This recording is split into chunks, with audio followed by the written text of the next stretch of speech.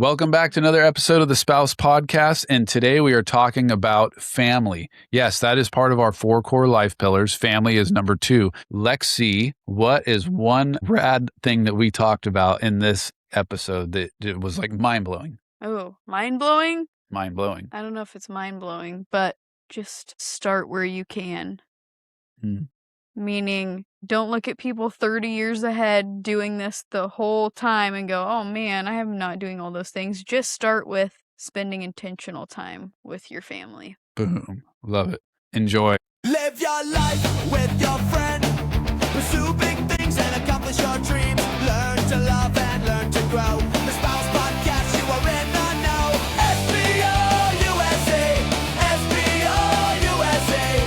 What can be your true destiny? SBO USA, SBO USA.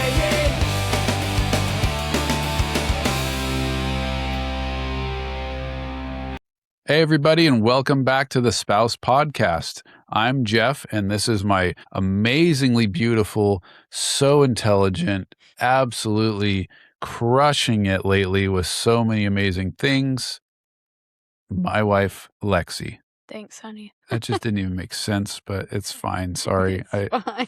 So many things on my mind right now, but you've seriously been crushing it lately. I got to tell you, like in the gym and so many things. She out curled me today in the gym. That's only because your arm is hurt. Because my arm is hurt. Sure. Yes. No. You have strained a muscle. Yeah.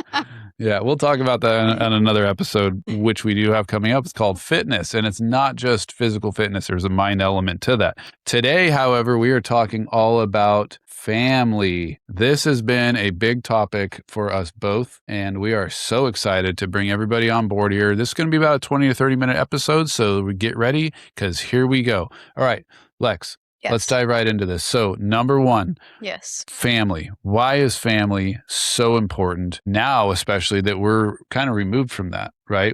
Our girls are both older. They're pretty much, Aubrey's on her way out here too. So we're going to be empty nesters. Why is it so important now? We have grandkids here too. Why is it so important to really bring that family together? Well, I think when you talk to entrepreneurial couples and people in general, like the reason that they work so hard is oftentimes because they say, I'm doing this so that I can leave this for my family, so that my kids can have a better life, or my grandkids. And in doing so, an interesting thing often happens where we start focusing on the business and the growth a little too much, and we can forget about how important our family is. So just remembering that's really the core, of when you look at, in general, people need community, and your family is your tightest core of that community. So you really want to do everything that you can to strengthen it and keep it intact. Yeah. And that's a great point. And we talk about that in our couples community too, but sometimes it's looking inward on our own selves. And we talk a lot, obviously we're entrepreneurs. We do everything on our own, which is good and bad. There's a lot of stress to that. But if you learn through those things, you get better and better as you go. One of the reasons, and we all say this, entrepreneurial type people, you say like, well, why am I an entrepreneur? One is because I want time freedom. I want to be able to do the things I want to be able to do. I don't want to punch someone else's clock. I just want to do it on my own. That's awesome. The other reason most people say it is because they want to be able to pass something on to their kids. Okay. This is the tough one. Okay. Because I think when people say they want to pass things on to their kids, they're talking about finances, money. They're wanting their kids to be, because a lot of times they didn't have it, right? They're like, well, we didn't have money growing up. It was a tough life for us. So we just want to make sure they have money. Okay. That's good, but it's also bad because if you're just giving them money, you're not really setting them up for anything. One of the most important things you need to give them is a legacy, something that they carry on. Money is disposable, and money honestly is worth nothing.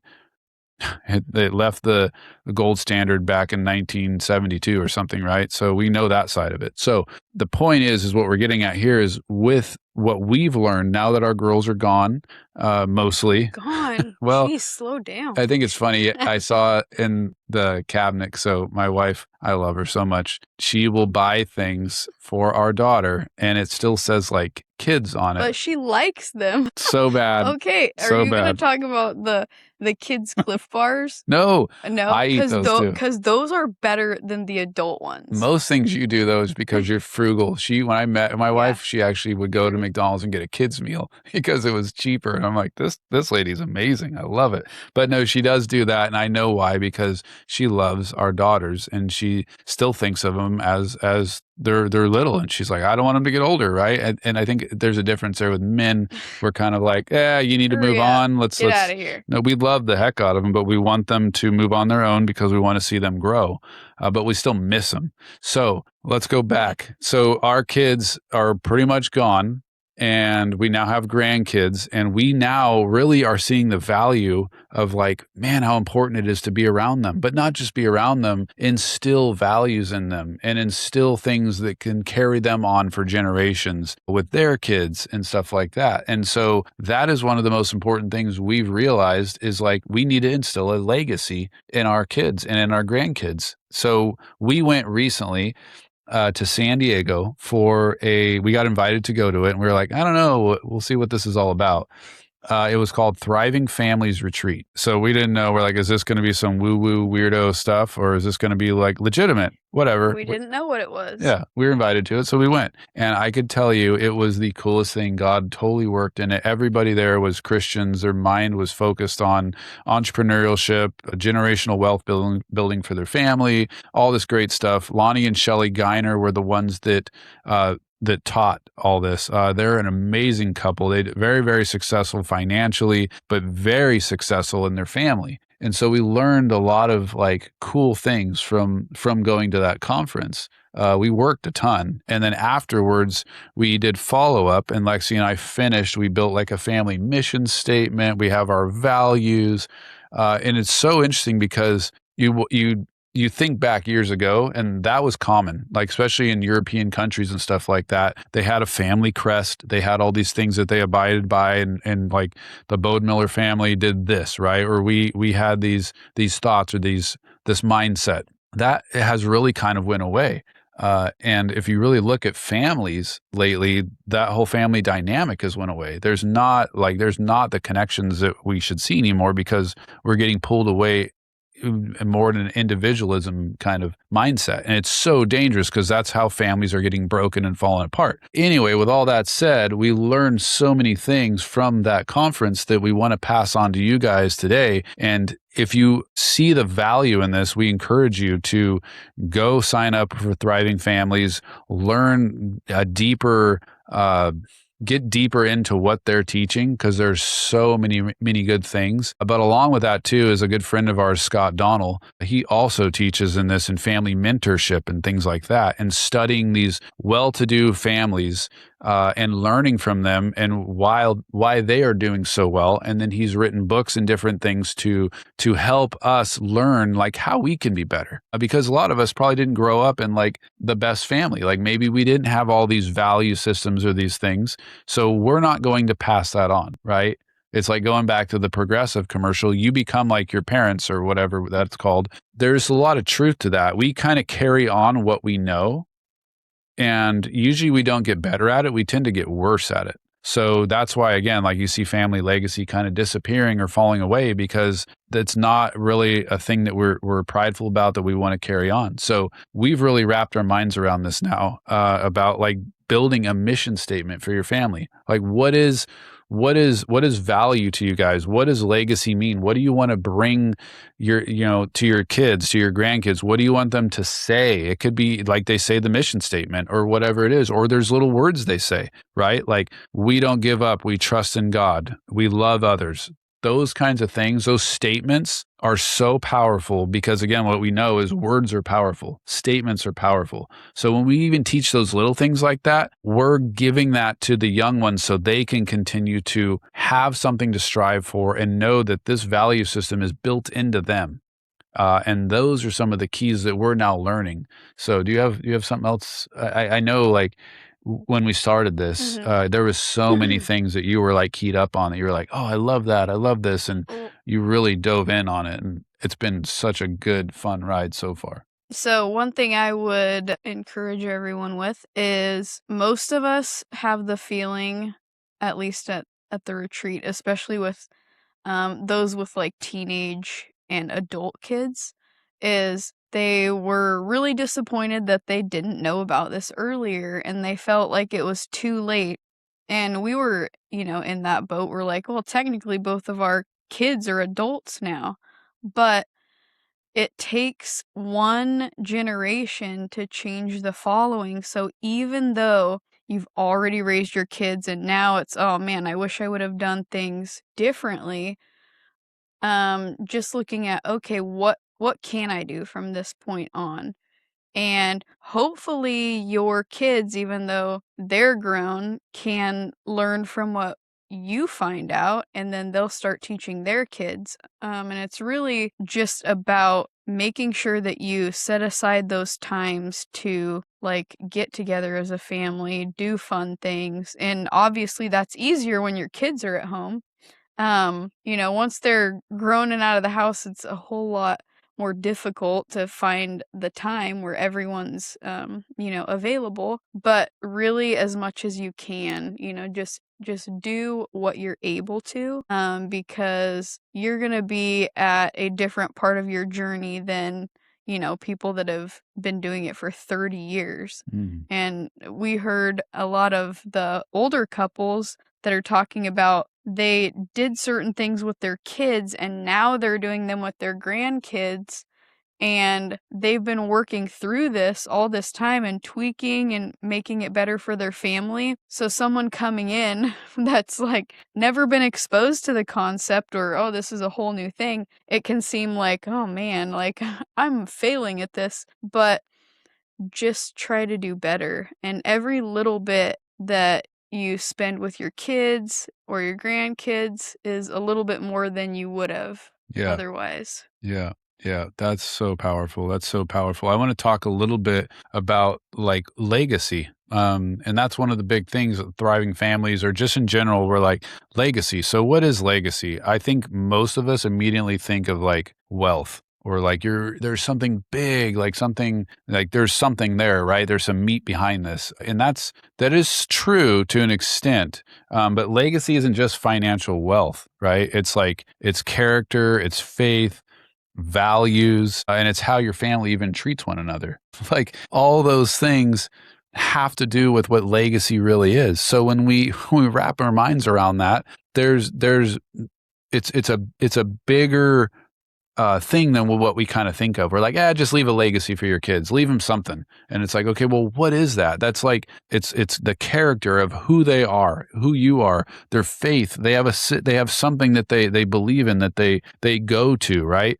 Like the values, things, it's character, integrity, all those things, that set of values, those core values that they can believe in, those are so important. But then ultimately, like what we say is like how you treat one another. Do you love everybody? The Bible calls us to love your neighbor as thyself, right? Like we're called to love people. So there's so many things that go into what legacy really is. And I think that when we kind of explored that, I was like, oh my gosh, like that's crazy. Like there's so much there that we miss. And what it reminded me of was when I was in the academy as a police officer, like there was so many, like there was all these value systems. We literally had to recite it all the time. Right. And it was like super annoying and like super kind of like, okay, this is weird. Like every time we walk into a building, we had to say these certain things or whatever. And I'm like, courage, honesty, professionalism, principles, respect, integrity, dedication, esprit de corps, rah, rah, rah, on all this. And I'm like, why? Okay, why?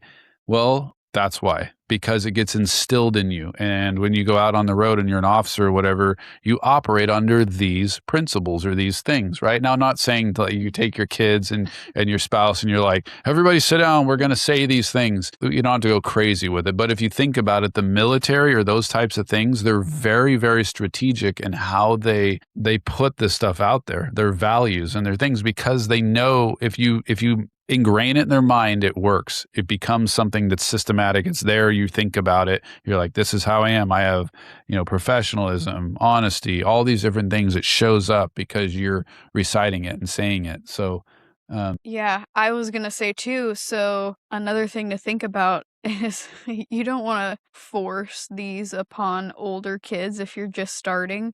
They could be really resistant, and so it's better to go at the angle of, hey, what do you think about this?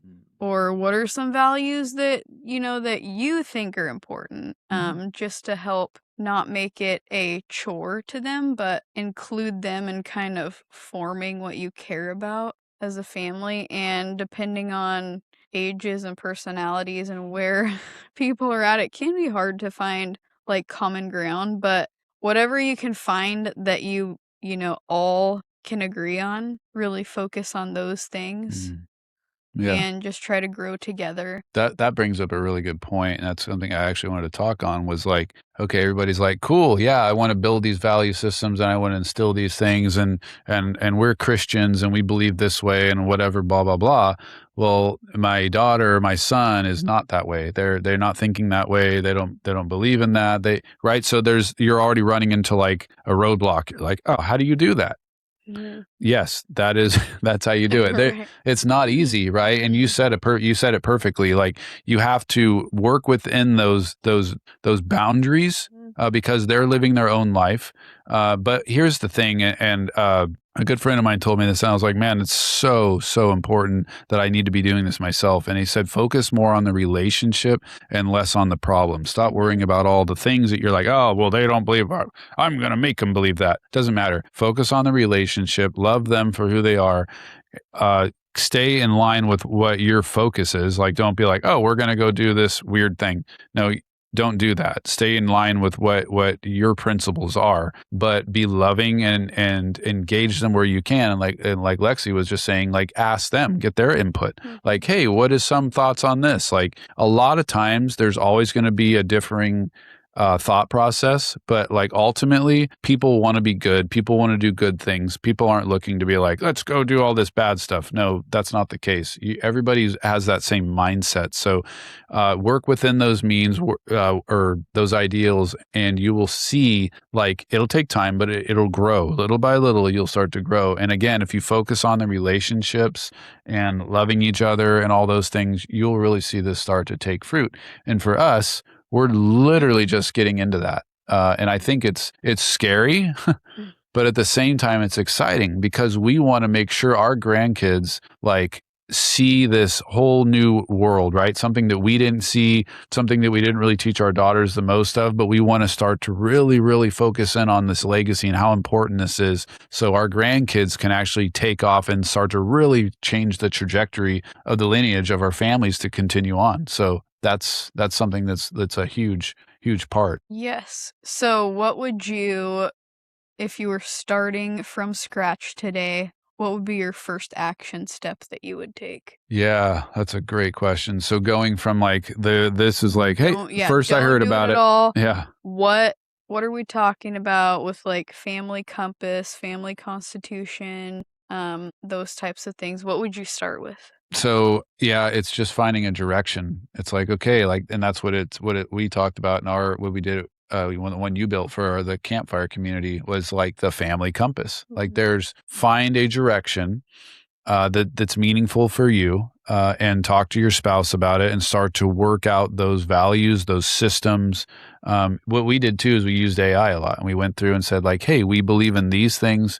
We want to start to build a structure, right? You're just building like what do we say, like a baseline or just something to kind of start with. And then from there, you can start to like, I think where I went right away is I was like, I'm just going to go right to my family and like, we're going to like talk and have a meeting. Easy does it, Jeff. Slow your roll. Like sometimes it starts with just talking to your spouse and really building out kind of like, hey, where are we at? What does it mean to you and I to have like what do we want to share with our kids and our grandkids? And starting Right. there. I would say too, a good place to start would be just with what are our family values, because it can be one of the easier places to find common ground. Like, okay, adult kids, maybe they don't believe in certain things that you believe. Maybe they're not, the same, like entrepreneurial or wanting to accomplish certain things, but everybody tends to agree like honesty is good, loyalty is good, those types of things. So if you can, work together on just the values that you want to include, in your family constitution or compass, that's a good place to start. Hmm. And then the next tip kind of thing that I would say is like, okay, what's our family mission? And I don't know Hmm. if that's what you were meaning when you said like what direction we're moving Yeah, like in, the but compass. yeah, Yeah. like what's our family's purpose, Yeah. right? Yeah. What are we on this earth to do, or what do we hope to do as a family unit? Yeah, and I think you said it. The perfect answer was like start with like principles or like, and what you could do a lot of times is just get like a list. There's all over the place. Like, Mhm. give me a list of all the, and it'll Yeah, and you just pick through of it. values, yeah. Yeah, values and find the ones that you're like, this is really meaningful to us. And then from there, you can start to build in that mission statement and then it all starts to happen. And I think Mhm. that's a good point. That's a good starting point. And Right. again, you don't have to go just start out a little bit and just to see some like excitement there, like, oh yeah, I get this. This is pretty cool. And then from there, you can explore deeper, right? Like we're talking about our friends Scott Donnell, Lonnie and Shelley, what they're doing with Thriving Families. You can go get involved in those communities and they're very expansive. Some of them go pretty crazy with some of the things they do, which I love. But I think sometimes we get overwhelmed if we're thinking that way. We're like, we're not even close. So again, start with the basics, start with like a value system and then a mission statement. And then like start talking to, if you have young kids or whatever, start talking to them about it.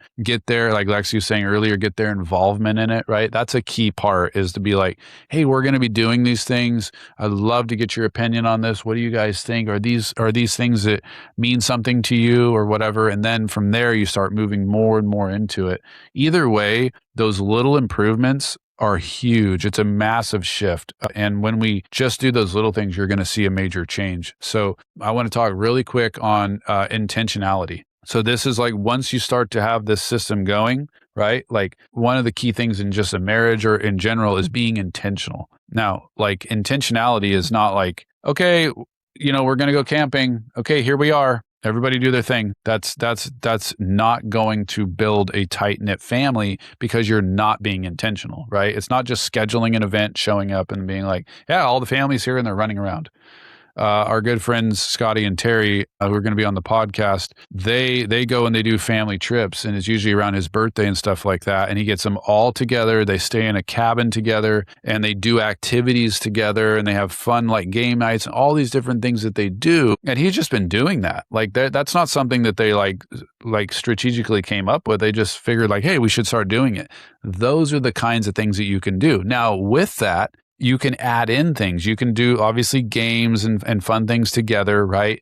But being intentional about like the little things, getting with the grandkids or getting with the young ones and talking to them about like, what does it mean about legacy or let's talk about mission statements or let's talk about words that mean something to you, right? Those are the things right now you're starting to plant seeds in their life. Because remember, kids are caught, not taught, right? We can teach them stuff, yes, but they're going to catch on to what we do ultimately. And if we do those things and we talk about those things and we continue to have these, monthly or yearly traditions with our family where we camp or we do these fun things, then the kids and the grandkids and stuff are going to see that. And then that model is going to continue. And then it's going to move on through their lives. And that's how you start to plant those seeds. So it's about being intentional about that. Yeah, and I would say people listening might be like, well, I can't go get a big cabin and travel and get everybody, in the same place or, go on a big vacation. But if you can start little with just like we started doing family game night and having it consistently on the calendar, just a little something where you get to connect, is a good place to start too. Obviously, the more you can do, the better, but just start with what you have time for and what you can afford. Yep. Yep. It doesn't have to be big deal Mhm. stuff. I think that's sometimes where people Yeah. get caught up in that. No, it just needs to be intentionality and being together. So a couple of questions like for you to if you guys are going to start this out, like you go to your kids or your family and you can ask questions like, "Hey guys, what do we stand for?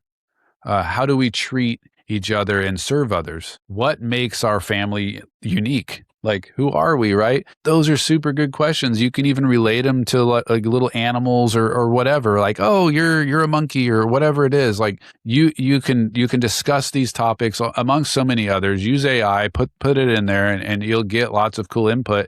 But that's also fun to do, right? And then when you're asking those questions, write it down or have one of the kids or somebody write it down. Like, oh, this is what I think of this. What are you doing right there? You're already starting to build a value system. You're starting to encourage them too. They're like, oh, this is fun. This is new, right? Like those are so important to do. So just a couple of quick steps and things like that you guys can follow to start to create this, what we just said, legacy. Like, and again, what does legacy mean? It's not just the wealth, right? It's not just that. There's legacy is so many other things. And again, I'll tell you, legacy. It isn't just financial wealth. It's character, it's faith, it's values, and how your family treats one another. Those are some of the basics or some of the points of legacy, some of the things that you can think about. So when you start to build this out, these are the focuses, right? To get this off the ground. So you have anything else you want to tell them? No, I think you covered it very well. Wow. I think you are the amazing one at this. You've been such a good job at the family stuff anyways, throughout the growth of our daughters and all that. But now I think it's so cool to see us really pushing towards this. And we're excited for the future. Really, really am. It's going to be great. So hopefully you guys got some super good information out of here. We'll share with you Thriving Families. I think it's thrivingfamilies.com. Lonnie and Shelly Geiner. They're amazing. Scott Donnell. Look him up. I think I am Scott Donnell on Instagram. Check him out.